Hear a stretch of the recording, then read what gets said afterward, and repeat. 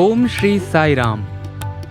साई प्रेम वाणी के हमारे आज के प्रसारण में आप सबका हार्दिक स्वागत है।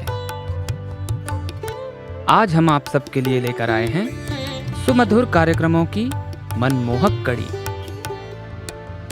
आज के प्रसारण में आप दिव्य संदेश कार्यक्रम के अंतर्गत भगवान बाबा द्वारा लिखित महाग्रंथों भागवत वाहिनी एवं श्री राम कथा रस वाहिनी के एक एक भाग एवं दिव्यानुभव प्रोग्राम के अंतर्गत एक कथा वार्ता सुनेंगे।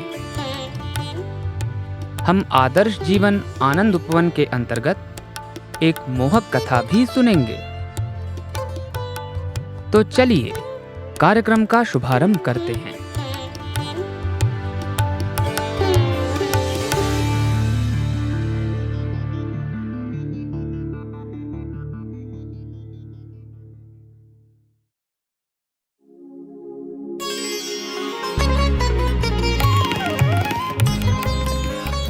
अब प्रस्तुत है दिव्य संदेश।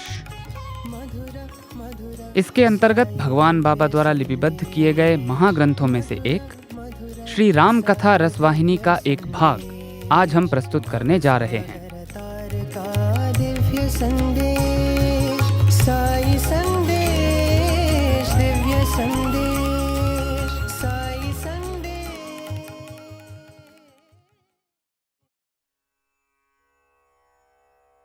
संदेशकों से विश्वामित्र के नगर के समीप पहुंचने का समाचार सुनकर राजा सुमति अपने मंत्रियों, दरबारियों, पुरोहितों, विद्वानों तथा बंधु बांधवों सहित उनके स्वागतार्थ आए और विश्वामित्र से प्रार्थना की कि वे नगर में पधारकर राजमहल को अपने आगमन तथा निवास द्वारा पवित्र करें। राजा की विनयशीलता तथा आदर भाव को देखकर विश्वामित्र अति प्रसन्न हुए। उन्होंने राजा तथा उनकी प्रजा का कुशल क्षेम पूछा। थोड़ी देर तक वे दोनों राज्य तथा वंश संबंधी विषयों पर वार्तालाप करते रहे। बातचीत के अंत में सुमति की दृष्टि राम और लक्ष्मण पर पड़ी। उन दोनों भाइयों के सौंदर्य व चारुता से अति आकर्षित हो उन्होंने विश्वामित्र से पूछा कि वे सिंह शावक कौन हैं। विश्वामित्र ने उत्तर दिया, सुमति, यह एक लंबी कहानी है। इस समय वह सुनाने को मेरे पास समय नहीं है। आपके महल में पहुंचने पर ही मैं यह कथा सुनाऊंगा। फिर विश्वामित्र ने अपने साथ आए सभी ऋषि मुनियों तथा राम व लक्ष्मण को विशाल नगरी की ओर बढ़ने का निर्देश दिया। विश्वामित्र भी चल दिए और पूरे रास्ते सुमति उनसे राज्य संबंधी विभिन्न विषयों पर बातचीत करते रहे। नगर के द्वार में प्रवेश करते ही गीतों तथा वाद्यों की झनकार से आकाश गूंज उठा। ब्राह्मणों ने वैदिक मंगलाचार किया। इसके साथ ही उन सभी ने विशाला राजनगरी में प्रवेश किया। विशाला के राजा द्वारा दिए गए भोज को ग्रहण करने के बाद विश्वामित्र ने राज समाज, पुरोहितों तथा पंडितों के समक्ष अपने सिद्धाश्रम तथा वहां आयोजित यज्ञ एवं राम व लक्ष्मण द्वारा उस यज्ञ की अति वीरता पूर्वक राक्षसों से रक्षा करने का यथावत वर्णन किया। उन राजकुमारों के बल और साहस का वर्णन सुनने वाले सभी लोग दंग रह गए और परम हर्षित हुए। उन्हें वे दोनों भाई नर व नारायण के अवतार प्रतीत हुए। सभी लोगों ने श्रद्धा पूर्वक उन्हें प्रणाम किया। काफी देर हो चुकी थी, अतः राम व लक्ष्मण ने विश्वामित्र को दंडवत प्रणाम कर उनकी आज्ञा ली और विश्राम के लिए अपने लिए निश्चित कक्ष की ओर प्रस्थान किया। ब्रह्म वेला में उठकर प्रातःकालीन नित्य कर्म आदि पूर्ण कर वे अपनी अग्रिम यात्रा के लिए तैयार हो विश्वामित्र के पास आ गए। उन्होंने राजा सुमति के प्रति आभार प्रकट किया और मिथिला की ओर चल दिए। कुछ दूर तक तो राजा सुमति भी उनके साथ गए और फिर ऋषि एवं अन्य सभी से विदा लेकर राजधानी लौट आए। विश्वामित्र अपने अनुयायियों तथा राम व लक्ष्मण सहित आगे बढ़ गए। दोपहर को वे एक विशाल उपवन में पहुंचे। यह ऐसा प्रतीत होता था मानो इसमें प्राचीन काल में अनेकों आश्रम थे, लेकिन ऋषि मुनियों की कुटियाएं टूट गई थीं। वहां पर ऐसे हवन कुंड तथा स्थल स्पष्ट परिलक्षित थे जो बड़ी श्रद्धा पूर्वक बनाए गए थे और जहां पर यज्ञाग्नि प्रज्वलित होती थी और उसमें आहुतियां डाली जाती थीं। राम ने देखा कि यह तो ऋषि मुनियों द्वारा पवित्र किया गया स्थान है। अतः उन्होंने अपने अनुमान को सही करने के लिए विश्वामित्र से पूछा। विश्वामित्र ने मुस्कुराते हुए कहा, राम, तुम्हारा विचार बिल्कुल ठीक है। मैं बहुत प्रसन्न हूं। मैं तुम्हें बताऊंगा कि इस स्थान पर रहने वाले महान ऋषि मुनि इसको छोड़कर क्यों चले गए। सुनो, यह गौतम महर्षि का आश्रम है। देवतागण भी इसकी पूजा व प्रशंसा किया करते थे। गौतम अनेक वर्षों तक अपनी पत्नी अहिल्या के साथ यहां रहे। उन्होंने यहां कठोर तपस्या की। उन्होंने अनेक विशाल यज्ञों का अनुष्ठान किया। यह उपवन आध्यात्मिक कांति से दीप्त था। यह शांति और आनंद से परिपूर्ण था। यहां के वासियों के लिए प्रत्येक दिवस पवित्र दिवस होता था। गौतम की पत्नी अहिल्या अति गुणवान और रूपवती थी। उनका लावण्य तथा चारुता अतुलनीय थी। एक दिन जब गौतम आश्रम से कहीं बाहर गए हुए थे तो देवताओं के राजा इंद्र गौतम का वेश धारण कर आश्रम में आए। उस गुणवान पत्नी ने उन्हें अपना पति समझा और अति श्रद्धापूर्वक उनकी सेवा की। लेकिन तभी वास्तविक महर्षि गौतम ने प्रवेश किया तथा अपनी पत्नी की श्रद्धाहीनता को देखा। उन्होंने छद्म वेशधारी इंद्र को भी पहचान लिया और क्रोध से आग बबूला हो गए।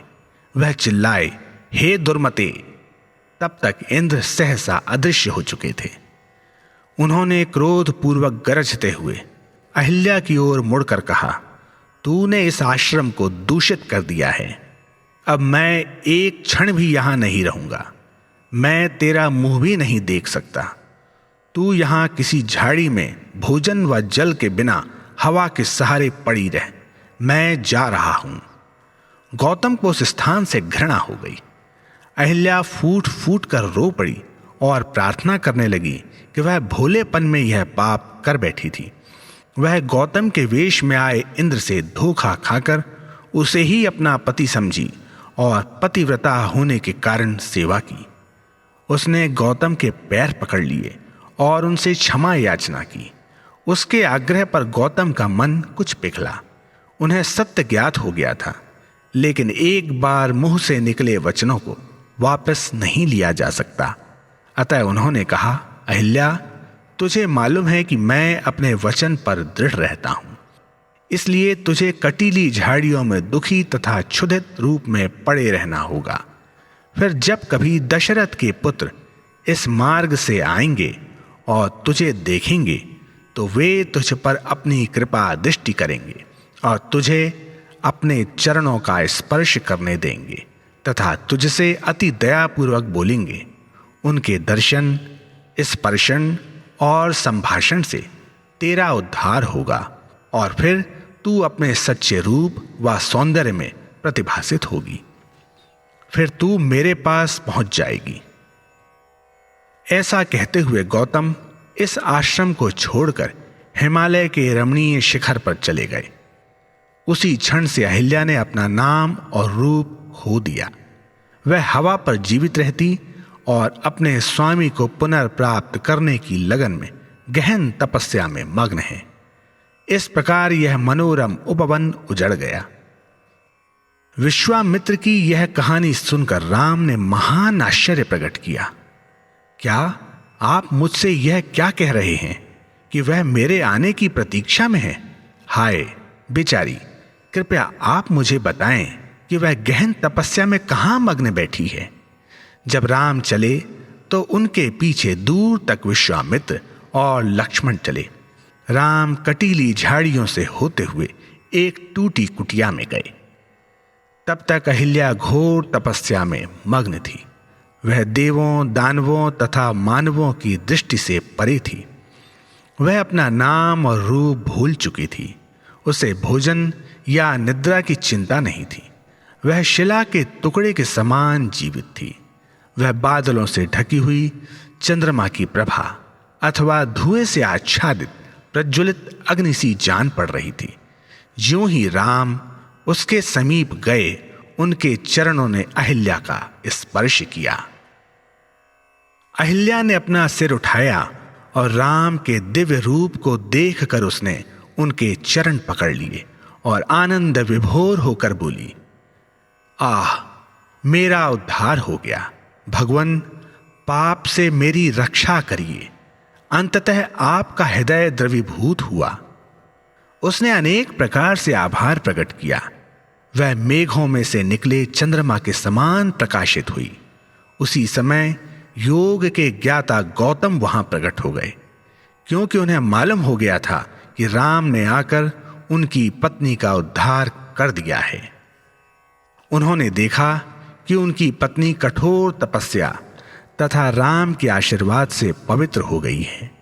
पति पत्नी दोनों ही राम और लक्ष्मण के चरणों में नतमस्तक हो गए। गौतम ने विश्वामित्र को आदर सम्मान अर्पित किया। उनके सभी अनुयायी इस आश्चर्यजनक घटना को देखकर स्तंभित रह गए। वह उन दोनों भाइयों को निर्निमेष दृष्टि से देख रहे थे। शीघ्र ही विश्वामित्र ने गौतम ऋषि से विदा ली और राम व लक्ष्मण सहित उत्तर पूर्वी दिशा की ओर चल पड़े। सायंकाल तक वे मिथिला नगर के समीप पहुंच गए। ऋषि ने दूर से ही नगर की ओर संकेत करते हुए बताया, यही अति उत्तम भवनों वाली विशाल मिथिला नगरी है। यह सुनकर दोनों भाई तथा ऋषि के शिष्य प्रसन्नता से उछल पड़े। उन्होंने जल्दी जल्दी चलना शुरू कर दिया। शारीरिक थकान की परवाह न करते हुए वे शीघ्र ही नगर के मुख्य द्वार पर पहुंच गए। उन्हें चारों ओर ऋषि मुनि, वेद पाठ में व्यस्त ब्राह्मण तथा यज्ञ कुंड दिखाई दिए। हर एक पेड़ के नीचे बैलगाड़ियों में दूर दूर से आए लोगों के दल एकत्रित थे। वहां सभी जाति एवं वर्गों के नर नारी, वृद्ध और युवा, बालक और बड़े थे। ऐसा प्रतीत हो रहा था मानो वे सब आनंद सागर में डूब रहे हों। नगर की सड़कें भीड़ भाड़ से भरी थीं। विश्वामित्र को भी अपने अनुयायियों सहित ठहरने का स्थान निश्चित करना था। वे अपेक्षाकृत एकांत स्थान पर स्थित एक जलाशय के किनारे पहुंचे। संध्या वंदन का समय हो रहा था, अतः उन्होंने अपना सामान जलाशय के किनारे रख स्नान किया और नित्य कर्म किए। राज्य के सभी सेवक तथा सैनिक वहां प्रतिक्षण आगत ऋषि मुनियों के मध्य घूम घूमकर उनके नाम, आश्रम आदि के विषय में पूछताछ कर यह सूचना एकत्रित कर रहे थे कि क्या वे स्वयंवर के लिए विशेष निमंत्रण द्वारा आए थे। राजा जनक का आदेश था कि इस प्रकार की सूचना उन्हें अविलंब दी जाए। इस बीच विश्वामित्र ने अपना संध्या कर्म पूर्ण किया और जलाशय के तट पर बैठ गए। उनके साथ उनके शिष्य तथा राम व लक्ष्मण थे। वे दोनों भाई ऐसे प्रतीत हो रहे थे मानो स्वर्ग से दो नक्षत्र भूमि पर उतरे हों। विश्वामित्र उनसे मिथिला के ऐश्वर्य का वर्णन कर रहे थे। उसी क्षण एक राजसेवक ने आकर अति विनम्र स्वर में उनसे पूछा, मुने, कृपया अपना नाम बताएं। आप कहां से आए हैं? हम राजदूत हैं। हम केवल राजा के आदेश का पालन कर रहे हैं और अपना कर्तव्य पूरा कर रहे हैं। यदि आप मुझे अपना नाम बताएं तो मैं राजा को आपके आगमन की सूचना दूं। जब उस दूत ने तुरंत ही महल में जाकर राजा जनक को ऋषि विश्वामित्र के आगमन की सूचना दी तो राजा ने उन महर्षि के स्वागतार्थ सभी उपयुक्त प्रबंध करवाए और अपने पुरोहित शतानंद के निर्देशन में मुख्य ब्राह्मणों, पुरोहितों तथा पंडितों को उनका स्वागत करने के लिए भेजा। उन पुरोहितों तथा पंडितों का वह दल स्वागत एवं मंगल कामनाओं का वेदोच्चारण करते हुए जलाशय के तट पर पहुंच गया। विश्वामित्र समझ गए कि वे सभी उन्हें राजा के पास ले जाने के लिए आए थे। उन्होंने राम व लक्ष्मण को भी अपने साथ चलने को तैयार होने का आदेश दिया। सभी शिष्य तैयार हो गए। इसी बीच शतानंद ने महामुनि विश्वामित्र को वैदिक परंपरानुसार अर्घ्य समर्पित किया। शतानंद ने उनसे अति विनीत भाव से कहा कि वह राजा के आदेशानुसार उन्हें लेने आए थे और उनके साथ आगत सभी लोगों का भी स्वागत था। उन्होंने ऋषि तथा उनके सह आगंतुकों का सामान लाने के लिए वहां एक पालकी छोड़ दी तथा उन सभी को बाजे व नगाड़ों सहित नगर में ले गए। ज्यों ही उन्होंने राजपथ पर प्रवेश किया, राजा जनक अपने मंत्रियों, सेवकों तथा संबंधियों सहित उनकी अगवानी करने स्वयं आए। जनक ने विश्वामित्र को साष्टांग प्रणाम करते हुए कहा, भगवन, आज मेरी महानतम अभिलाषा पूर्ण हो गई। आपके पदार्पण से मिथिला नगरी धन्य हो गई। फिर उन्होंने ऋषि, उनके शिष्यों तथा अनुयायियों का कुशल क्षेम पूछा। सहसा उनकी दृष्टि राम और लक्ष्मण पर पड़ी। उन्हें वह दोनों भाई सूर्य के समान प्रकाशवान प्रतीत हुए। कुछ क्षण तो वे अवाक रह गए। वे अपनी सुध बुध खो बैठे। बहुत प्रयत्न करने पर उन्होंने चेतना प्राप्त कर विश्वामित्र से पूछा, स्वामी, ये दोनों बालक कौन हैं? ये मुझे अश्विनी देवों के समान लग रहे हैं। ऐसा प्रतीत होता है मानो ये मुझ पर अनुग्रह करने ही देवलोक से भूमि पर अवतरित हुए हैं। इनका देवताओं का सा दिव्य मनोहर रूप है, अथवा शायद ये सूर्य और चंद्रमा पृथ्वी पर उतर आए हैं।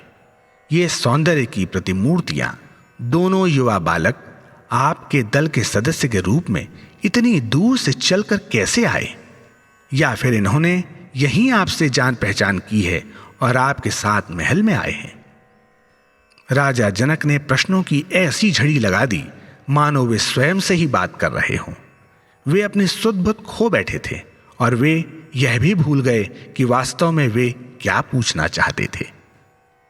उनकी दशा देखकर विश्वामित्र ने मुस्कुराकर कहा, ये दोनों अयोध्या के राजा दशरथ के पुत्र हैं। इनके नाम है राम व लक्ष्मण। इन बालकों का पराक्रम और शक्ति अति आश्चर्यजनक एवं रहस्यात्मक है। ऋषि अभी और भी बहुत कुछ कहना चाहते थे, लेकिन उन्होंने सोचा कि वे अपने ठहरने के स्थान पर पहुंचकर ही उनके विषय में सब कुछ विस्तार से बताएंगे। अतः वे उस स्थान की ओर चल दिए जो कि विश्वामित्र तथा उनके सहगामियों के लिए निश्चित किया गया था। उनके ठहरने के लिए एक अति रमणीय मंदिर के आकार का गृह निश्चित किया गया, जो अति मनोरम उपवन के मध्य में स्थित था। इसे हरे पत्तों व तोरणों से अति सुंदरता पूर्वक अलंकृत किया गया था। वह स्थान एकांतपूर्ण था। ऐसा प्रतीत हो रहा था मानो वह शांति स्वर्ग से अनुग्रह रूपी पंखों पर उतर आई हो। यह राजमहल के समीप ही था। उस मंदिर में ऋषि को भीतर ले जाकर राजा जनक ने उनका चरण स्पर्श कर कहा, आपके आगमन से मुझे अपरिमित बल और सुख मिला है। मुझे विश्वास है कि यह मेरे पूर्व जन्मों के पुण्यों का ही सुफल है। अब मुझे आज्ञा दीजिए। ऋतुजों के कथनानुसार मेरी यज्ञ दीक्षा के 12 दिन शेष रह गए हैं, इसलिए आप कृपया मिथिला नगर में ही रहें और मुझे आशीर्वाद दें। विश्वामित्र ने उन्हें आश्वासन दिया कि उन्हें राजा का प्रस्ताव स्वीकार था। राम और लक्ष्मण ने परस्पर ऐसे देखा मानो अभी बहुत समय शेष था। उस रात्रि उन्हें पूरा आराम देने और निर्विघ्न नींद में सोने देने के लिए सभी प्रबंध किए गए। उनके लिए महल से दूध, फल तथा अन्य सामान भेजा गया। ऋषि से विदा लेते समय राजा जनक ने कहा, मैं कल प्रातः आपके दर्शन करूंगा। अब आपके विश्राम में विलंब करना उचित नहीं है, क्योंकि आप बड़ी लंबी और थकानपूर्ण यात्रा तय करके आए हैं। राजा जनक अपने पंडितों, पुरोहितों तथा विद्वानों सहित महल को लौट आए। राम और लक्ष्मण ने परस्पर राजा जनक की श्रद्धा व नम्रता तथा उनके मुख पर विकीर्ण शांति एवं आनंद के विषय में बातचीत की। उन्होंने ऋषि के साथ बैठकर फल व दूध ग्रहण किया, फिर उनकी आज्ञा लेकर विश्राम करने अपने कमरे में चले गए। उस रात को वे अच्छी तरह सोए। जब प्रातः उषा की किरणें नगर में फैल रही थीं, तो सभी ओर दुंदुम्भी और मृदंग का स्वर गूंजने लगा। ब्राह्मणों ने वेद पाठ किया। राम और लक्ष्मण ने उठकर स्नान किया तथा नित्य कर्म पूर्ण किए। फिर वे विश्वामित्र के पास गए। मुनि ने उन्हें पीने को दूध देते हुए कहा, राजा जनक अभी यहां आते ही होंगे, नाश्ता करके तैयार हो जाओ। शीघ्र ही उन दोनों भाइयों ने तथा मुनि के युवा शिष्यों ने अपने कमरों को सुव्यवस्थित कर दूध और फल ग्रहण किए। वे हाथ धोकर चुपचाप अपने गुरु के आसपास इकट्ठे हो श्रद्धा सहित उनके पास बैठ गए। तभी यह ज्ञात हुआ कि राजा जनक विश्वामित्र को सादर प्रणाम करने के लिए अपने राजपुरोहित के साथ पधार रहे थे। शंखनाद तथा परंपरागत 9 वाद्यों के स्वर द्वारा राजा के वहां पहुंचने की घोषणा हुई। जनक हाथ में चंदन और चावल लिए वहां प्रविष्ट हुए। उनके साथ शतानंद तथा अन्य पुरोहित भी थे। राजा ने धर्मानुसार अति प्रसन्नता व कृतज्ञता पूर्वक ऋषि के चरण धोए। फिर जनक ने विश्वामित्र का चरण स्पर्श किया। तत्पश्चात वह ऋषि के आसन के सामने प्रतिष्ठित उच्च आसन के पास खड़े हो गए। विश्वामित्र का आदेश पाते ही जनक ने अपना आसन ग्रहण कर लिया। राम और लक्ष्मण विश्वामित्र के दाईं ओर फर्श पर बिछे कालीन पर बैठ गए। जनक ने कहा, महर्षि, अब आपका क्या आदेश है? मैं आपके आदेश को स्वीकार करने तथा उसका पालन करने को तैयार हूं। कृपया मुझे आदेश दें। जनक ने करबद्ध हो उनसे प्रार्थना की। इस पर विश्वामित्र ने मुस्कुरा कर कहा, कल रात को समय ना होने के कारण मैं आपको विस्तार से नहीं बता पाया। चूंकि आप इन राजकुमारों के बारे में जानने को इच्छुक थे, इसलिए अब मैं आपको बतलाऊंगा। किंतु यदि आपके पास अभी समय नहीं है तो फिर मैं बाद में चर्चा करूंगा। जनक बोले, मुने, आपके साथ बातचीत में आनंद पाने की अपेक्षा मुझे अन्य कोई महत्वपूर्ण कार्य क्या हो सकता है? यह तो मेरे तप का फल है। मैं यह सुनकर अति हर्षित हूं कि आप मुझे इन राजकुमारों के बारे में बताएंगे। यह तो मेरा परम सौभाग्य है। तत्पश्चात विश्वामित्र ने स्वयं के दशरथ की राजसभा में उपस्थित होने की घटना से लेकर यज्ञ अनुष्ठान तथा उन बालकों द्वारा वीरतापूर्वक यज्ञ में विघ्न डालने वाले राक्षसों के वध तक की घटनाओं का सविस्तार वर्णन किया। उन्होंने राजकुमारों के पराक्रम तथा कौशल का वर्णन करते हुए बताया कि उन्होंने किस प्रकार भयंकर दानवों का सामना किया। ऋषि ने राजकुमारों की अलौकिक वीरता की प्रशंसा की। इस प्रकार वर्णन करते समय मुनि के नेत्रों से हर्ष के अश्रु छलक आए, लेकिन तुरंत ही उन्होंने अपने वस्त्र के छोर से उन्हें पोंछ लिया। इन वचनों को सुनकर तथा उन बालकों के तेज व सुलभ सलोने रूप का नेत्र पान कर राजा जनक को परम आनंद प्राप्त हुआ, जो उन्हें प्रायः समाधि में मिलता था। उन्हें आभास हुआ कि वे बालक वास्तव में दिव्य तेज स्वरूप थे। यद्यपि उन्होंने उन पर से अपनी दृष्टि हटाने का प्रयत्न किया, किंतु उनके नेत्र उन मनोरम मुखों पर टिके रहे। उन कमल सम मुखों से ब्रह्म ज्योति विकीर्ण हो रही थी। जनक ने अपने अंतः आनंद प्रवाह की वाह अभिव्यक्ति को बड़ी कठिनता से वश में किया और बैठकर अति श्रद्धा व भक्तिपूर्वक उनको देखने लगे। उन्हें क्षण भर के लिए भी यह विचार नहीं आया कि वे राजा थे और वे दोनों बालक किसी अन्य राजा के राजकुमार थे। उन्हें ऐसी अनुभूति हुई कि वे दोनों बालक देवलोक से भूमि पर उतरे हैं। ऋषि द्वारा उन राजकुमारों के अति मानवीय बल और कौशल के वर्णन द्वारा राजा का यह विचार और दृढ़ हो गया। उन्हें ऐसा भान हुआ कि वे दोनों बालक असाधारण थे। देवतुल्य होने के कारण ही इन्होंने यौवनावस्था में चरण रखने से पूर्व ही उस यज्ञ की रक्षा करने में सफलता प्राप्त कर ली, जो विख्यात विश्वामित्र को भी प्राप्त नहीं हुई थी। कैसा आश्चर्य है! इस प्रकार राजा जनक अति विस्मित हुए। फिर ऋषि ने मिथिला यात्रा के प्रारंभ से अगला वर्णन सुनाना प्रारंभ किया। मुनि ने उन राजकुमारों को जो कथाएं सुनाई थीं, वह उन्होंने राजा को भी सुनाई। जब उन्होंने जनक को उनकी राजधानी के निकटवर्ती आश्रम में गौतम मुनि की पत्नी अहिल्या के उद्धार की कथा सुनाई तो शतानंद के हर्ष की सीमा न रही। उन्होंने बीच में टोंकते हुए पूछा, क्या कहा? क्या मेरी मां श्राप मुक्त हो गई? क्या इन दिव्य स्वरूपों ने मेरी मां को पवित्र कर उन्हें मेरे पिता से मिला दिया? आहा, निसंदेह आप दिव्य हैं। यह कहते हुए उनके नयनों से कृतज्ञता एवं प्रसन्नता की अश्रुधारा फूट पड़ी और वे भावावेग के कारण जड़वत हो गए। उन्हें देखकर विश्वामित्र ने कहा, वत्स, अभी जो भी थोड़ा बहुत हुआ है उससे इतने हर्षित ना हो। आगामी दिनों में इससे भी कहीं अधिक विस्मयकारी घटनाएं होंगी। ये राजकुमार अपने अति मानवीय यश द्वारा आश्चर्य और उल्लास उत्पन्न करेंगे। तुम्हारे माता पिता भी कल या परसों मिथिला पहुंच जाएंगे। तुम उनसे ही राम और लक्ष्मण की कहानी सुन सकते हो। शांत रहो। तभी राजा जनक ने कहा, स्वामी, वे माता पिता कितने धन्य हैं जिन्हें इनके समान दिव्य स्वरूप पुत्र मिले। आह, मैं कितना सौभाग्यशाली हूं कि ये हमारे घर पधारे हैं। उन्होंने राम और लक्ष्मण की ओर मुड़कर कहा, प्रिय बालको, मैंने तुम्हारे ठहरने के लिए जिस घर का प्रबंध किया है, अगर वह रुचिकर ना हो या तुम्हारे पद के अनुरूप ना हो तो मुझे क्षमा करना।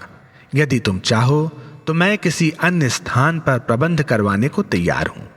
तुम्हें जो भी चाहिए वह निसंकोच कह दो, मैं बहुत प्रसन्न होऊंगा। राजा के इन विनम्र वचनों को सुनकर राम ने अति आदर पूर्वक राजा जनक से कहा, महाराज, हम तो बालक ही हैं। हमें इस प्रबंध में कोई परिवर्तन नहीं चाहिए। हम बहुत प्रसन्न हैं। हमारे लिए किसी अन्य स्थान पर या किसी और वस्तु का प्रबंध करने के लिए कष्ट उठाने की आवश्यकता नहीं है। यदि आपको हमसे इतना गहन स्नेह है तो आप हमारी एक इच्छा पूर्ण करें। ऐसा कहकर राम इच्छा बताए बिना ही गुरु विश्वामित्र की ओर मुड़ गए। फिर ऋषि ने कहा, जनक, ये राजकुमार जिस उद्देश्य से मेरे साथ आए थे वह तभी पूरा हो गया था जब मेरा यज्ञ निर्विघ्न रूप से सफल हुआ। राम और लक्ष्मण ने घर लौटने की इच्छा व्यक्त करते हुए मेरी आज्ञा मांगी। इसी बीच मुझे आपके यज्ञ अनुष्ठान का निमंत्रण मिला, इसलिए मैंने इन बालकों से भी अपने साथ मिथिला चलने को कहा। तब राम ने कहा कि उनके पिता ने उन्हें मेरे आश्रम की ही रक्षा करने के लिए भेजा था, इसलिए वह कहीं और जाने को तथा अपने पिता की आज्ञा का उल्लंघन कर उनसे अधिक समय दूर रहने को तैयार नहीं है। तब मैंने उन्हें आपके अनेक दिव्य अस्त्रों के विषय में बताया तथा वे उनके विषय में जानने को अति उत्सुक हैं। मैंने उन्हें आपके महान धनुष के बारे में भी बताया। वे उस धनुष को देखने के लिए मेरे साथ यहाँ आने को सहमत हुए हैं, इसलिए उन्हें नगर का भ्रमण करने या मनोरंजन स्थल देखने की कोई अभिलाषा नहीं है। उनके लिए तो धर्मात्माओं के रक्षक तथा दुष्टात्माओं के नाशक धनुष, बाण, अस्त्र तथा शस्त्र अधिक महत्वपूर्ण हैं। राजा जनक ने उनकी बात तुरंत समझ ली और बोले, फिर मैं उस धनुष को शीघ्र यज्ञशाला में लाने का प्रबंध करवाता हूं। यह कहकर उन्होंने आदेश दिया कि राजपुरोहित शतानंद उस धनुष को वहां लाने का शुभ मुहूर्त निकाले। इसी बीच राम ने जनक से पूछा, महाराज, यदि आप हमें यह बताएं कि वह दिव्य धनुष आपके पास कैसे आया तो हमें बड़ी प्रसन्नता होगी। जनक ने सहर्ष उन्हें बताया, बेटा, निमि के 6 पीढ़ियों बाद मेरे कुल के महान पूर्वज देवरथ नामक राजा इस राज्य पर शासन करते थे। देवताओं ने भगवान शिव के इस धनुष को उनके महल में धरोहर रूप में रख दिया था, तभी से यह हमारे पास है। देवताओं का अस्त्र होने के कारण यह कोई सामान्य धनुष नहीं है। इसका बोझ हजारों मन का है। अभी तक कोई भी इसे उठा नहीं सका है। इतना भार कौन उठा सकता है? मैंने पहले भी यह खोजने का बहुत प्रयत्न किया कि इस धनुष को कौन उठा सकता है, और प्रदर्शन हेतु भी रखा तथा लोगों को आमंत्रित किया, लेकिन अब तक कोई सफल नहीं हुआ। जिन राजाओं व राजकुमारों ने इसे उठाने का प्रयत्न किया, वे सभी असफल रहे और लज्जित हो लौट गए। वे तो धनुष को हिला तक नहीं सके।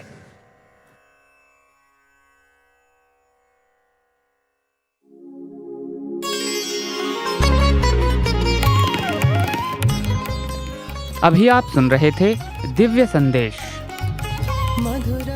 आज आपने भगवान बाबा द्वारा लिपिबद्ध किए गए महाग्रंथों में से एक श्री राम कथा रसवाहिनी का एक भाग सुना।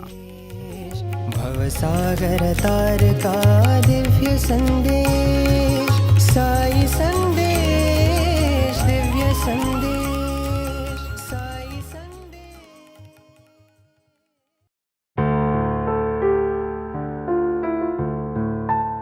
अब प्रस्तुत है हमारा प्रोग्राम दिव्यानुभव। आज इसके अंतर्गत हम श्री ऋतुराज जी महाराज द्वारा भगवान के समक्ष सन 2010 के मार्च महीने में प्रस्तुत किए गए श्रीमद् भागवत सप्ताह का एक भाग सुनेंगे।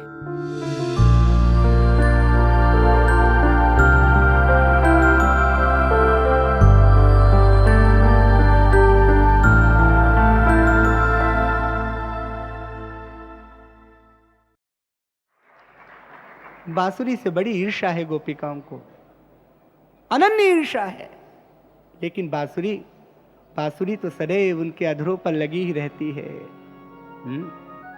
बाम बाहु कृत बाम कपोलो, बाम बाहु कृत बाम कपोलो, बलगृत ध्रूर धरार्पित वेणु। अधरों पे वेणु शोभा दे रही है, और जब भगवान अपने बछड़ों को चराने ले जा रहे हैं तो वेणु का वादन कर रहे हैं। भगवान के वेणु वादन को सुनकर, भगवान की वंशित ध्वनि को सुनकर जितने भी बछड़े हैं सब भगवान के पीछे आ रहे हैं। अपने आप किसी भी बछड़े को भगवान ये नहीं कहते तुम इधर से चलो, तुम उधर से चलो, बस बांसुरी बजाते हुए भगवान बाबा आगे आगे चलते हैं। सारे बछड़े भगवान के पीछे जा रहे हैं। सभी गोप भगवान के साथ बछड़े चराने जा रहे हैं। और पता है, माँ ने कुछ सामग्री भी रखी है साथ में कि दिन में कुछ भोजन की आवश्यकता पड़े तो पता है भगवान कैसे दयालु हैं। आहा, फिर भगवान की करुणा देखिए। नीरज ने कहा है ना कि अब कोई मजहब ऐसा ही चलाया जाए। वहां भी भगवान कितने मानवीय धर्म का ध्यान रख रहे हैं। उनकी माँ ने जो भोजन दिया है उसको भी भगवान अपने मित्रों को पहले दे रहे हैं। रतना करा किम गुरते स्वरत्ने विंध्याचल किम करवि करोति, श्रीखंड वृक्षे रमलया चला किम परोपकाराय सतां विभूतया। पिबन्ति नद्या स्वयमेव नाम्भः स्वयं न खादन्ति फलानि वृक्षा, श्रीखंड वृक्षे रमलया चला किम परोपकाराय सतां विभूतया।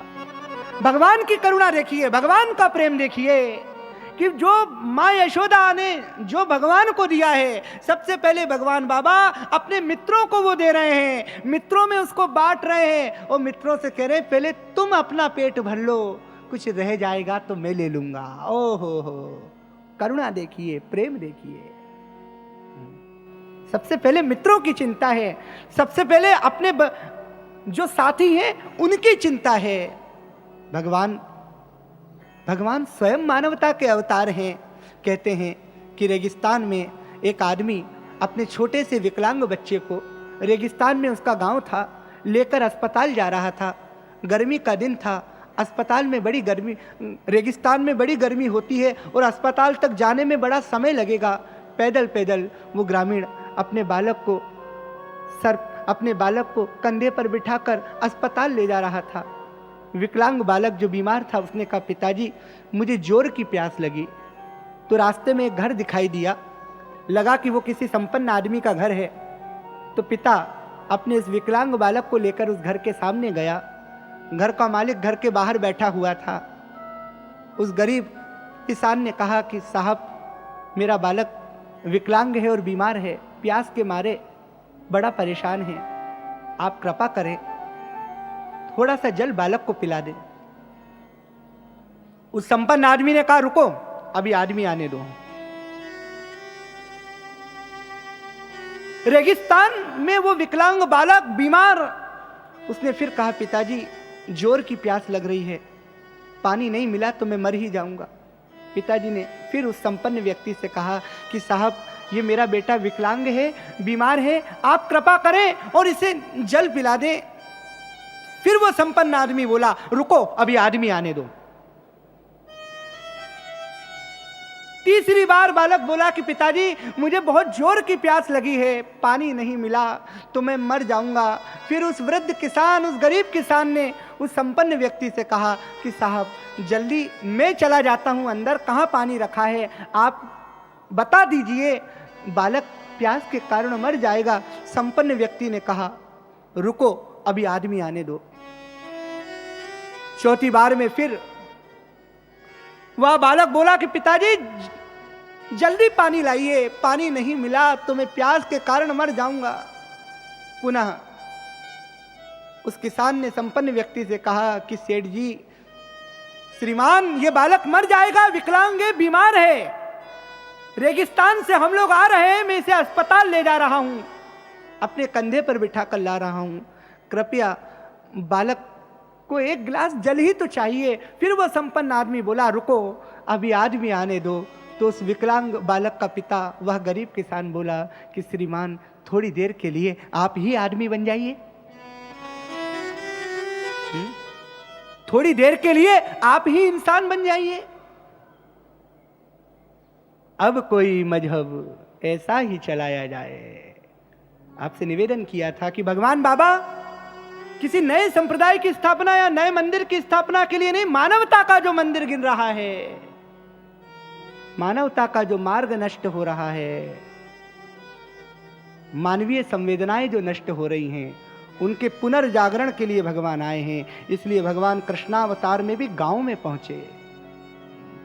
अब कोई मजहब ऐसा ही चलाया जाए जिसमें इंसान को इंसान बनाया जाए। मेरे महाकवि नीरज ने कितनी अच्छी बात कही कि मेरे दुख दर्द का इतना हो असर तुम पर भी, मैं रहूं भूखा तो तुमसे भी ना खाया जाए। मेरे दुख दर्द का इतना हो असर तुम पर भी, मैं रहूं भूखा तो तुमसे भी ना खाया जाए। मधुमंगल बड़ा गरीब है, श्री दामा बड़ा गरीब है। भगवान के घर में तो लाखों गाय हैं। भगवान के नंद बाबा, भगवान के जो पिताजी हैं, वो तो बड़े संपन्न हैं, गांव के प्रधान हैं। इसलिए भगवान अपने घर से अधिक माखन ले जाते हैं, अधिक सामग्री ले जाते हैं कि मेरे मित्र भी पुष्ट हों, मेरे मित्र भी हष्ट पुष्ट हों, मेरे मित्र कहीं दुबले ना रह जाएं। ओ हो, जो अपनी चिंता करे वो मनुष्य कहलाता है, और जो सबकी चिंता करें वो भगवान हैं, वो भगवान हैं, वो भगवान हैं।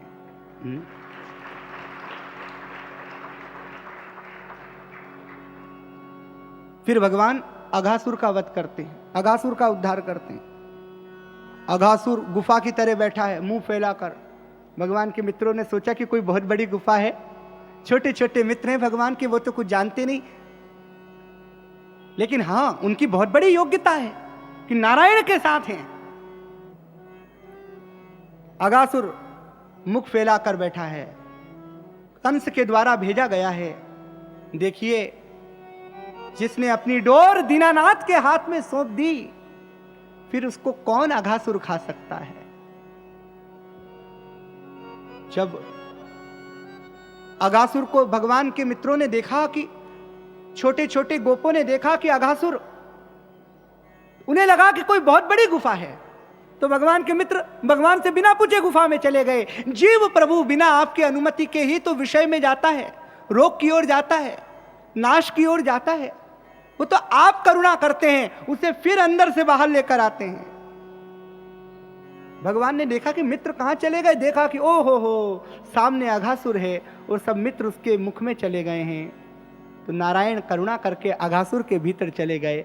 अघासुर ने सोचा कि जिसका मुझे प्रतीक्षा थी वो आ गया। हर जीव को भगवान की प्रतीक्षा है, लेकिन अघासुर वैर भक्ति वाला भक्त है, कंस का मित्र है। जैसे ही भगवान अघासुर के अंदर गए, भगवान के सारे मित्र बेहोश हैं। भगवान ने अपनी दिव्य योग माया से ऐसी अग्नि प्रज्वलित की कि अघासुर का भी उद्धार कर दिया। अब ब्रह्मा जी की शंका का भी निवारण किया। ब्रह्मा जी ने क्या समझ लिया, उनको ब्रह्मा जी की रक्षा के लिए आए हैं, इंद्र की रक्षा के लिए आए हैं। देखिए, श्रीमद् भागवत के 10वें स्कंद में भगवान जिनकी रक्षा के लिए आए हैं। मनुष्य तो मनुष्य है, देवता भी भगवान के ऋण को भूल गए हैं। फिर भगवान ने अपने ऐश्वर्य शक्ति के द्वारा उन्हें याद दिलाया। ब्रह्मा जी, जिन भगवान ने जिन्हें ब्रह्मा बनाया है, उनको भूल रहे हैं और परीक्षा ले रहे हैं भगवान की। जो जगत के सबसे बड़े परीक्षक हैं, उनकी परीक्षा ब्रह्मा जी ले रहे हैं। ब्रह्मा जी को 4 मुख जिनने प्रदान किए हैं, ब्रह्मा जी जिनकी नाभि से उत्पन्न हुए हैं, ब्रह्मा जी को जिनने विधाता बनाया है, ब्रह्मा जी को जिन्होंने अवतार के पूर्व ये जानकारी दी थी कि ब्रह्मा जाओ बोलो मैं आने वाला हूं, धरती को बोलो, देवताओं को बोलो, वो ब्रह्मा जी देख रहे हैं कि देखो ये तो कभी बाल लीलाएं कर रहे हैं। क्यों बाल लीलाएं? कैसी कि शेषु महेशु गणेशु दिनेश, कि शेषु महेशु गणेशु दिनेश, सुरेशहु जाहि निरंतर ध्यावे। शेष महेश गणेश दिनेश, सुरेशहु जाहि निरंतर ध्यावे। कि शेषु महेशु गणेश दिनेश, सुरेशहु जाहि निरंतर ध्यावे। ओ जाहि अनादि अनंत अखंड, अछेदु अभेद सुवेदु बतावे। नारद से सुख व्यासु रटे, नारद से सुख व्यासु रटे, पचिहारे तरु और पार न पावे। ताही अहिर की छोहरिया, छचियावर छाछू पे नाचु नचावे। शेष महेश गणेश दिनेश, ब्रजेश सुरेश दिनेश सब ध्यान लगाते हैं, लेकिन वो भगवान बाबा किसी को दर्शन नहीं देते हैं। लेकिन देखो उन्हीं भगवान को अहिर की छोरियां, गोपिकाएं जो कभी स्कूल गई नहीं, गायत्री मंत्र भी नहीं जानती हैं, भगवान के जितने भी मित्र हैं ना, सबकी विद्या है गौ पालन। मुख्य कार्य ही गांव का गौ पालन है, कुछ भी नहीं जानते। और ऐसा भी नहीं कि भगवान से आनंद भी करते हैं, भगवान से विनोद भी करते हैं, भगवान के साथ खेलते भी हैं। कई बार तो गोपिकाएं भगवान को हास्य में बांध भी देती हैं। लेकिन वो भगवान जो योगियों को नहीं मिलते, ज्ञानियों को नहीं मिलते, विद्वानों को नहीं मिलते, देवताओं को नहीं मिलते, वो कृपा के समुद्र, वो करुणा के सागर, गोपियों के ये कहने पर कि साईं कृष्णा एक बार नाच कर बता दो, हम तुम्हें माखन खिलाएंगी, एक बार मुस्कुरा के बता दो, हम तुम्हें मिश्री खिलाएंगी, एक बार हंस दो ना कन्हैया, तुम हंसते बहुत अच्छा हो। भगवान का हास्य कितना सुंदर है। बिंदु जी महाराज ने भगवान की मुस्कुराहट पर लिखा कि जहां न काम चलता था, तीर और कृपाणों से, विजय साईं की होती है वहाँ मुरली की तानों से।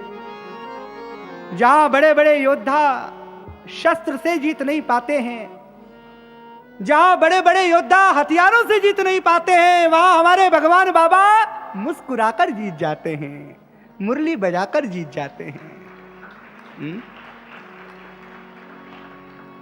तो ब्रह्मा जी भगवान के मित्रों का हरण करके ले गए ब्रह्मलोक। भगवान की परीक्षा लेना चाह रहे हैं। भगवान भी भगवान हैं। भगवान बाबा ने अपने को ही गोपों के रूप में बदल लिया। जितने भी मित्र थे ना, वो भगवान बाबा हो गए और सबको साथ में लेकर पुनः वृंदावन में आ गए। अब देखिए, सब मित्र तो ब्रह्मलोक में हैं, ब्रह्मा जी के यहां। भगवान सब जान गए हैं कि ब्रह्मा जी मेरी परीक्षा ले रहे हैं। जिन्हें मैंने ब्रह्मा बनाया वो मेरी ही परीक्षा ले रहे हैं। लेकिन अब भगवान ब्रह्मा जी की परीक्षा ले रहे हैं।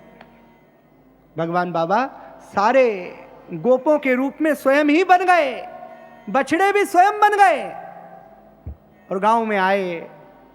गांव की माताओं ने आज अपने पुत्रों को कुछ ज्यादा ही दुलार दिया। आज उनके पुत्रों के अंदर जो आकर्षण है वो साक्षात भगवान स्वयं अनेक रूपों में। इहि चैरवेरीरम सत्यमस्ति चैरीह वेरी न महति विनष्टि अस्मिन् द्यौ पृथ्वी च आन्तरिक्षमौतं मनः च प्राणुश्च सर्वे तमैवेकं जानत विदित्वा न मन्या वाचो विमुञ्चता मृतस्यैष सेतु। जगतपति क्या नहीं कर सकते, सब कुछ उनके अधीन है। तो भगवान ने गांव में आने के बाद कुछ दिनों तक ऐसे ही चलता रहा। फिर ब्रह्मा जी ने देखा, ऊपर से देखा ब्रह्मा जी ने कि अरे ये मेरे ब्रह्मलोक में है, ये कौन है? और ये वृंदावन में है, ये कौन है? भगवान ने लक्ष्मण जी से कहा था ना, क्या गो गोचर जहां लगी मन जाई सो सब माया जाने हूँ भाई। और भगवान की माया के प्रकार बताएं।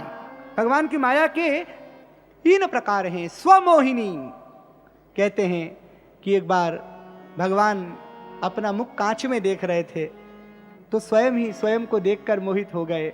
बोले कि ओ हो कृष्णावतार में कि देखो काश मैं राधिका होता तो इससे ब्याह कर लेता। स्वजन मोहिनी अपने भक्तों को भी आकर्षित करते हैं और आनंद देते हैं। माया का दूसरा प्रकार स्वजन मोहिनी, जो उनके भाई हैं, जो उनके भक्त हैं, माँ यशोदा है, नंद बाबा हैं, गोप गोपियां हैं।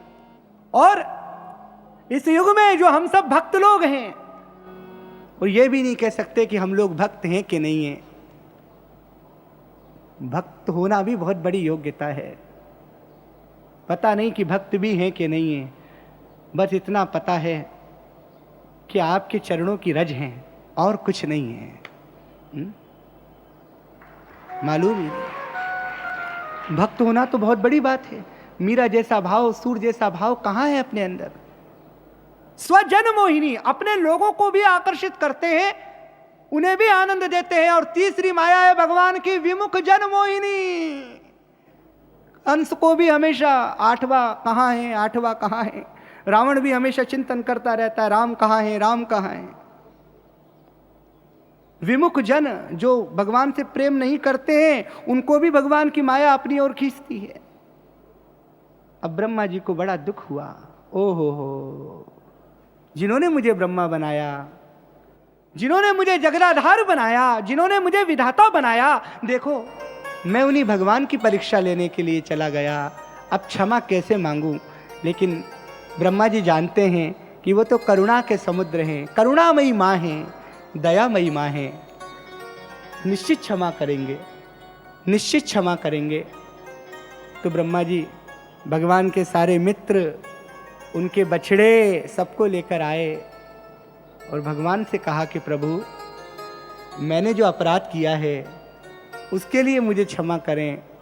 भगवान ने कहा, ब्रह्मा जी अपराध करना सहज स्वभाव है, अपराध हो जाता है, लेकिन अपराधों की पुनरावृत्ति नहीं होनी चाहिए। 1 वर्ष तक भगवान के सारे मित्र ब्रह्मलोक में रहे और महाराज जितनी भी गोपिकाएं हैं ना, उन गोपिकाओं में महत्वपूर्ण है राधा, सबसे महत्वपूर्ण है राधिका। राधा तू बड़ भागनी, तू कौन तपस्या कीन है। हे राधिका, तू कितनी भाग्यवान है, तूने कौन सी साधना की है राधा रानी। 3 लोक तारण तरण है तेरे आधीन। तीनों लोकों का उद्धार करने वाले, तीनों लोकों का हित करने वाले, तीनों लोकों को आनंद देने वाले राधा तेरे अधीन है। राधा तो भगवान की आह्लादिनी शक्ति है। बिना राधा के श्याम अधूरे हैं और बिना श्याम के राधा अधूरी है। बिना राधा के भगवान अधूरे हैं और बिना भगवान के राधा अधूरी है। भगवान का जो राधिका से प्रेम है, जितना जाना उतना प्रेम कभी कहीं देखने को मिला नहीं, सुना नहीं। अनन्य प्रेम, अनन्य प्रेम, अनन्य प्रेम।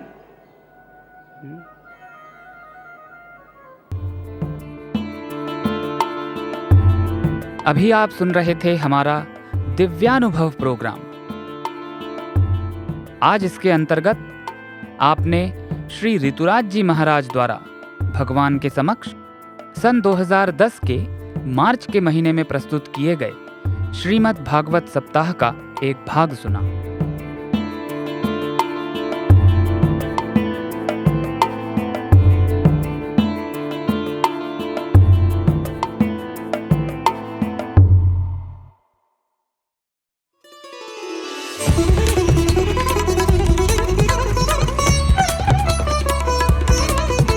आप सुन रहे हैं रेडियो साईं प्रशांति निलयम से हिंदी प्रसारण साईं प्रेम वाणी।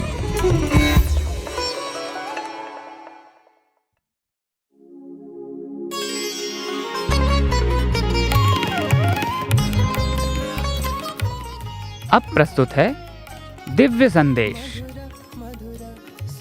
इसके अंतर्गत भगवान बाबा द्वारा लिपिबद्ध किए गए महाग्रंथों में से एक भागवत वाहिनी का एक भाग आज हम प्रस्तुत करने जा रहे हैं। दिव्य संदेश, साई संदेश, दिव्य संदेश, साई संदेश।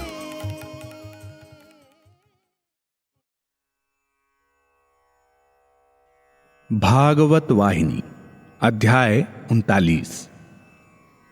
वास्तव में भगवान श्री कृष्ण की बाल लीलाओं का स्मरण करना और अन्य लोगों को भी उनके आनंद का श्रवण सुख पहुंचाने के लिए वर्णन करना एक ऐसा शुभ कार्य था जिससे सुखदेव जी को स्वयं बड़ा आनंद प्राप्त होता था।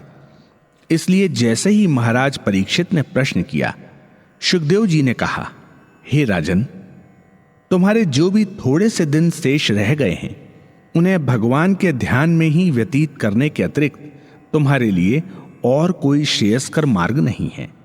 भगवान के कार्यकलाप तो अमृत बिंदु हैं, आनंद के स्रोत हैं।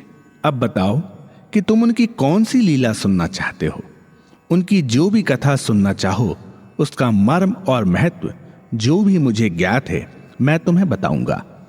महाराज परीक्षित ने निवेदन किया, हे स्वामी, मैं तो आपसे यह सुनना चाहता हूं कि गोपाल ग्वाल बालों के साथ किस अद्भुत ढंग से रहते थे। सुखदेव जी उन्हें सुनाने लगे, हे राजन, गोपाल तड़के ब्रह्म मुहूर्त में उठ जाते थे। स्नान आदि से शीघ्र निवृत्त होकर वे गौशाला में जाते और उन गायों और बछड़ों को एक ओर कर लेते जिन्हें उस दिन चराने ले जाना होता और उन्हें पानी पिलाते। फिर उन पशुओं के लिए जिन्हें चराने के लिए वन में नहीं ले जाना होता वहीं घास चारा एकत्रित कर देते। जिन गायों को ले जाना होता उन्हें खूंटों से बंधी रस्सियों से खोल देते और वहां से निकालकर अपने घर के सामने खड़ी कर देते। घर में जाकर अपनी दही, भात, रोटी आदि को पोटली बांध साथ में लेते और बड़े भैया जी को कहकर चलने के लिए सावधान करते कि चलने का समय हो गया है। बाहर आकर रास्ते में अपने साथियों को चलने के लिए श्रृंगी बजाकर बुलाते। श्रृंगी की टेर सुनकर उनके सारे सखा सचेत हो जाते और अपने काम उसी समय निपटाकर अपनी अपनी भोजन की पोटलियां छींके लेकर यशोदा के द्वार पर भागे चले आते और श्री कृष्ण के साथ हो लेते। सब ग्वाल बाल मिलकर हंसते, गाते, संगीत की ताने छेड़ते और बांसुरी बजाते हुए चल देते। वृक्षों की शाखाओं पर बैठी कोयल की कूक को सुनकर कोई साथी वैसे ही मधुर स्वर में किसी गीत का स्वर आलाप देता। कोई आकाश में उड़ती हुई चिड़ियों की परछाई जमीन में देखकर ही उनके साथ भागता, तो कुछ गायों की पीठ पर लेट जाते और अपनी मनचाही धुनें गुनगुनाते। किंतु उस समय सबका ध्यान इसी बात पर बना रहता था कि श्री कृष्ण कहाँ हैं और क्या कर रहे हैं। इसी प्रकार वे जंगल में पहुंच जाते। गोपाल उस समय बांसुरी अपनी कमर की फेंट में खोसे रहते, बाएं हाथ में भोजन का छीका पकड़े रहते और मंद गति से मस्ती के साथ झूमते हुए चलते किसी गीत की मनमोहक टेर छेड़ देते। अन्य ग्वाल बालों का तो क्या कहें, गायों के कान खड़े हो जाते। गीत के बोलों के साथ उनके पैर पड़ने लगते। वे उस दैवी संगीत से आनंदित हो जाती, अपनी गर्दनें और मुंह उठाकर उस ओर आनंद को प्रकट करती। इस प्रकार सब यमुना किनारे पहुंचते। वहां पहुंचने पर कलेवे का समय हो जाता। वे सब मिलकर किसी एक पेड़ के नीचे बैठ जाते और सब अपनी अपनी खाने की पोटलियां छींकें खोलते। उनमें से अपनी इच्छा और आवश्यकता अनुसार लाए हुए दही, भात, दूध, मक्खन, रोटी आदि पदार्थ निकालते और खाने को तैयार होकर बैठ जाते। गोपाल के श्री गणेश करने के बाद ही अन्य सब खाना प्रारंभ करते। कभी गोपाल अपनी पोटली में से किसी को कुछ और किसी को कुछ दे देते और ऐसे ही दूसरों के पास से भी कभी किसी से कुछ और किसी से कुछ ले लेते। इस प्रकार आपस में आदान प्रदान होता रहता। कभी जब गोपाल खाते खाते बीच में ही ग्वाल बालों से उनके खाने में से कुछ देने के लिए मांग बैठते, तो वे कुछ देने में झिझकते और डरते, क्योंकि वे सोचते थे कि जूठा खाना कैसे दें। लेकिन गोपाल उन्हें समझाते कि सब में एक ही आत्म तत्व व्याप्त है, इसलिए उन्हें यह नहीं समझना चाहिए कि गोपाल उनसे कोई भिन्न है। खाने के जूठा हो जाने में संकोच और औपचारिकता बरतने की यह कैसी बात, जब सब वास्तव में एक ही हैं और गोपाल किसी भी साथी का आधा खाकर रखा अचार या मुरब्बे का टुकड़ा उठाकर स्वयं खा जाते। भगवान तो प्रेम के भूखे हैं। उन्होंने जब रामावतार में शबरी के जूठे बेर खाए, तो कृष्णावतार में भला अपने प्रेमी भक्त बाल गोपालों के साथ इस प्रकार खाने से कैसे रुकते। दोनों की स्थितियों में भक्ति अनन्य थी। एक दिन एक पहाड़ी की छाया में चट्टानों पर बैठे हुए सब ने अपना भोजन किया और सब हाथ धो रहे थे। हाथ धोते ही गोपाल मैदान में चर रही गायों की ओर दौड़ पड़े।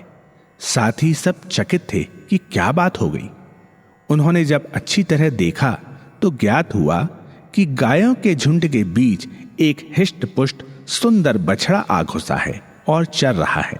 गोपाल सीधे उसके निकट पहुंचे और उसके दोनों पिछले पैरों को पकड़कर अपने सिर के ऊपर तक उठा लिया और जोर से चारों ओर घुमाते हुए उसे एक चट्टान पर दे मारा। उसने बहुत ही जोर से कर्णभेदी चीख मारी और वह अपने राक्षस के वास्तविक रूप में आ गया, किंतु उसे तो प्राणघातक आघात लग चुका था। उसे खून की उल्टी हुई और उसके प्राण पखेरु उड़ गए। सारे बाल गोपाल यह देखकर विस्मित थे। वे सब घबराए हुए गोपाल के पास पहुंचे और पूछने लगे, यह सब क्या रहस्य था। गोपाल प्रसन्न चित्त मुस्कुराते हुए बोले, अरे एक दुष्ट राक्षस बछड़े के छद्मवेश में यहां आ घुसा था, जो वास्तव में कंस द्वारा मुझे मारने के लिए भेजा गया वत्सासुर था। मैंने उसे उचित दंड दे दिया। सारे साथी बालक गोपाल की इस दूरदर्शिता, साहस और शक्ति की प्रशंसा करते हुए कहने लगे, वाह वाह गोपाल, तुमने वास्तव में उसे जैसा चाहिए था वैसा ही दंड दिया है। वे गोपाल के चारों ओर हर्ष ध्वनि करते नाचने लगे। उन्होंने गायों के झुंड में अच्छी तरह देखा कि कोई और तो छद्मवेश में गाय या बछड़ों के बीच में नहीं है। उन्हें इस बात का भी भय था कि उस असुर ने किसी बछड़े या गाय की तो किसी प्रकार क्षति नहीं कर दी, इसलिए उन्होंने सारी गायों और बछड़ों को अच्छी तरह से संभाला। दोपहर तक वे एक दूसरी पहाड़ी की तलहटी के हरे मैदान में पहुंचे। गायों और बछड़ों को उन्होंने पहाड़ी की खोह में खड़ा कर दिया, जिससे उन्हें धूप ना लगे और वे कुछ आराम कर सकें। सब लोग सघन पेड़ों की छाया के नीचे हरी घास में लेट लगाने लगे। इस प्रकार आराम करते हुए उन लोगों ने दोपहरी काटी और जैसे ही शाम होने को आई, उन्होंने लौटने की तैयारी की। एक ग्वाला गायों को इकट्ठा करने को उठा। उसने देखा कि एक विशाल बगुला, जिसकी चोंच बड़ी लंबी और कठोर थी, एक एक पशु को समूचा ही निगले जा रहा था। यह दृश्य देखकर वह भयभीत होकर चीखा, हे कृष्ण, हे गोपाल। उसकी करुण पुकार सुनकर गोपाल सहायता के लिए दौड़ पड़े। वह बगुला बकासुर नामक दैत्य था, जो उस रूप में श्री कृष्ण को मारने के लिए ही कंस द्वारा भेजा गया था। श्री कृष्ण जैसे ही निकट पहुंचे, उसने उन्हें भी निगल जाना चाहा, किंतु श्री कृष्ण उसकी चोंच को दोनों हाथों से पकड़कर चीरना शुरू किया, तो उस बकासुर को पूरे को ही चीरते चले गए और उसके 2 टुकड़े करके फेंक दिए। जितनी गाय और बछड़े उसके पेट में पहुंच चुके थे, वे सब जीवित बाहर निकल आए। इस प्रकार कृष्ण कंस के द्वारा भेजे गए दुष्ट असुरों को आए दिन यमलोक पहुंचा देते और नित्य नए चमत्कार और आश्चर्य पैदा कर देते। ग्वाल बाल सब समझने लगे कि ये सब भगवान की दैवी लीलाएं हैं, खेल हैं। भगवान की इन क्रीड़ाओं को देखकर वे अब विस्मित नहीं होते थे, क्योंकि उन्हें इस बात का बड़ा गूढ़ अनुभव हो गया था कि गोपाल की शक्ति अपार और अनंत है। उस दैवी शक्ति और सामर्थ्य को समझ सकना अति दुष्कर है। वे सब अभय हो गए थे और निर्भीकता पूर्वक गोपाल के साथ कभी भी और कहीं भी जाने के लिए तैयार रहते थे। जब पूतना और बकासुर के छोटे भाई अघासुर ने सुना कि श्री कृष्ण ने बकासुर का भी वध कर दिया है, तो वह बड़ा क्रोधित हुआ और भाई और बहन का बदला लेने के लिए उसने श्री कृष्ण को समूचा ही निगलकर खा जाने की कसम खाई। एक दिन वह उस वन में अजगर बनकर जा बैठा, जहां गोपाल गाय चराने गए। वह अजगर बड़ा विशाल था। जब वह अपना पूरा मुंह खोलकर बैठ गया, तो ऐसा लगा कि किसी पहाड़ी की गुफा हो। कोई यह कल्पना भी नहीं कर सकता था कि इतना विशाल भी अजगर हो सकता है। ग्वाल बाले और गाय बछड़े उसमें घुसने लगे, किंतु गोपाल को पहचानने में देर नहीं लगी कि यह कोई दुष्ट असुर है और इतने ग्वाल बाल और पशु इसके चंगुल में फंस गए हैं। बस उनकी रक्षा करने के लिए गोपाल भी उसके मुंह में घुस गए और अपने आकार को इतना बढ़ा लिया कि उसका पेट फट गया और सब जीवित बाहर निकल आए। गोपाल की कृपा से उनके संरक्षण में सब सुरक्षित और सकुशल घर लौट आए। उस दिन से ग्वाल बालों में और उनके पशुओं में भय का अंश तक नहीं रहा। उनमें यह पूर्ण विश्वास उत्पन्न हो गया कि गोपाल कृष्ण सर्वव्यापक और सर्वशक्तिमान हैं और किसी भी प्रकार के संकट से उन सब की रक्षा करते हैं। इसलिए वे कभी किसी की परवाह नहीं करते, निर्भीक और स्वच्छंद होकर उस मार्ग पर चलते जिस ओर श्री कृष्ण उन्हें ले जाते। श्री कृष्ण की बाल लीलाएं और किशोर लीलाएं नित्य नई और नवीन होती, एक से एक चमत्कारपूर्ण, सबको आश्चर्यचकित और विस्मित कर देने वाले, एक से एक साहसिक अद्भुत कार्य। मैं भला उनका वर्णन कर सकने में कैसे समर्थ हो सकता हूं? जो इस प्रकार की बातों को देखकर विश्वास नहीं करते, वे तो इस पृथ्वी पर केवल भार स्वरूप ही हैं, केवल ऐसे फल जिनमें ना कोई स्वाद है और ना ही जिनका कोई उपयोग है। शुकदेव जी ने यह कहकर अपनी दृष्टि एकाग्र कर ली। एक आभा उनके मुखमंडल पर छा गई।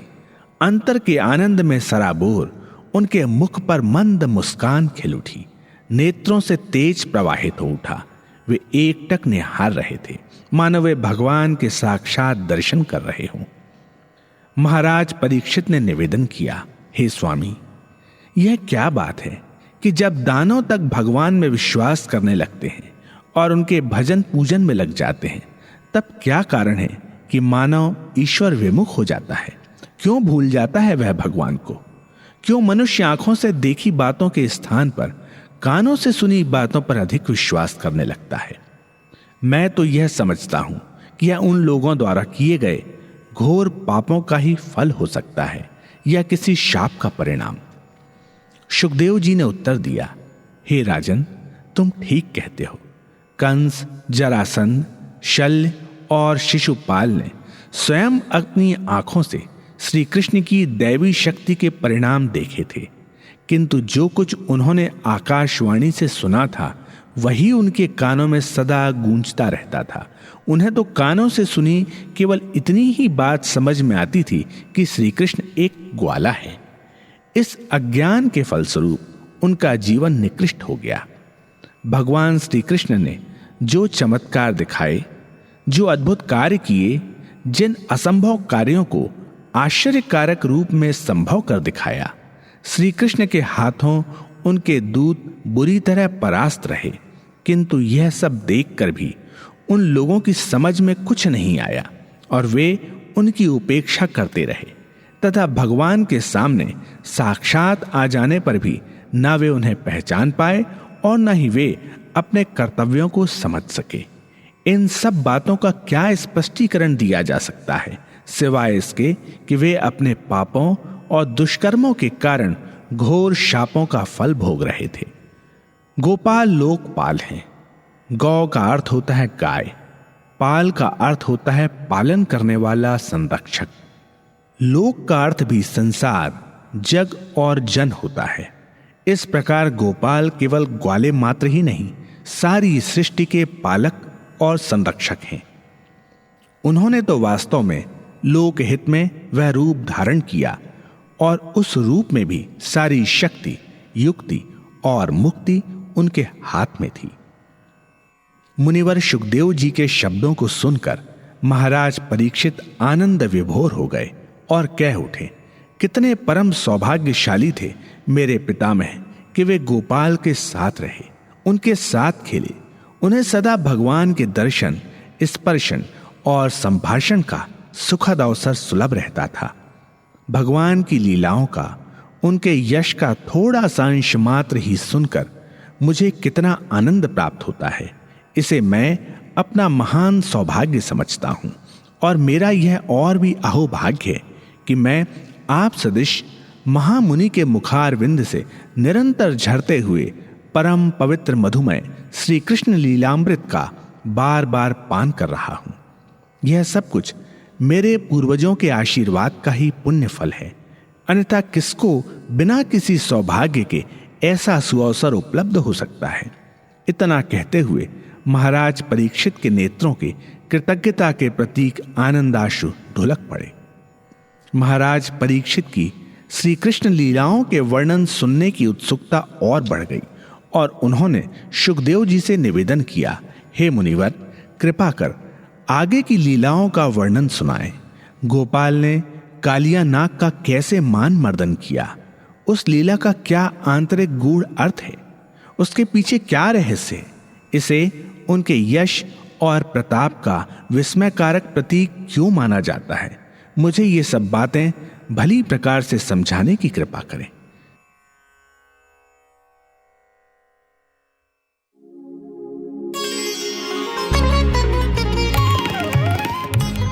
अभी आप सुन रहे थे दिव्य संदेश। मधुर आज आपने भगवान बाबा द्वारा लिपिबद्ध किए गए महाग्रंथों में से एक भागवत वाहिनी का एक भाग सुना। भवसागर तार का दिव्य संदेश, साई संदेश, दिव्य संदेश, साई संदेश।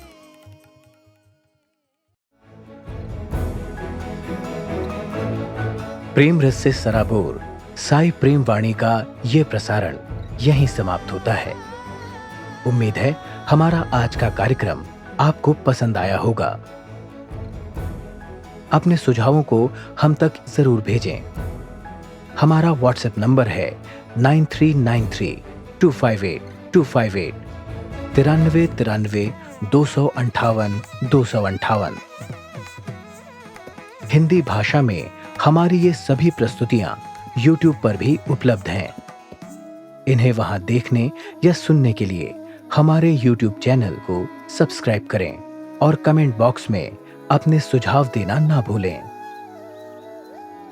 हमारी वेबसाइट पर हमारे कार्यक्रमों को अपनी इच्छानुसार सुनने के लिए आप radiosai.org/hindi पर इनको डाउनलोड भी कर सकते हैं। भक्तगण जिस प्रकार गंगा जी का जल गंगा जी से लेकर गंगा जी में ही खड़े रहकर गंगा जी को ही अर्पित करते हैं, उसी प्रकार हे स्वामी, आपकी प्रेरणा और नियंत्रण में बना ये प्रसारण आपको ही समर्पित है। हम आपसे ऐसे ही शुभ अवसर पाते रहें, इसी कामना के साथ ये प्रसारण समाप्त करते हैं। धन्यवाद और सप्रेम साई राम।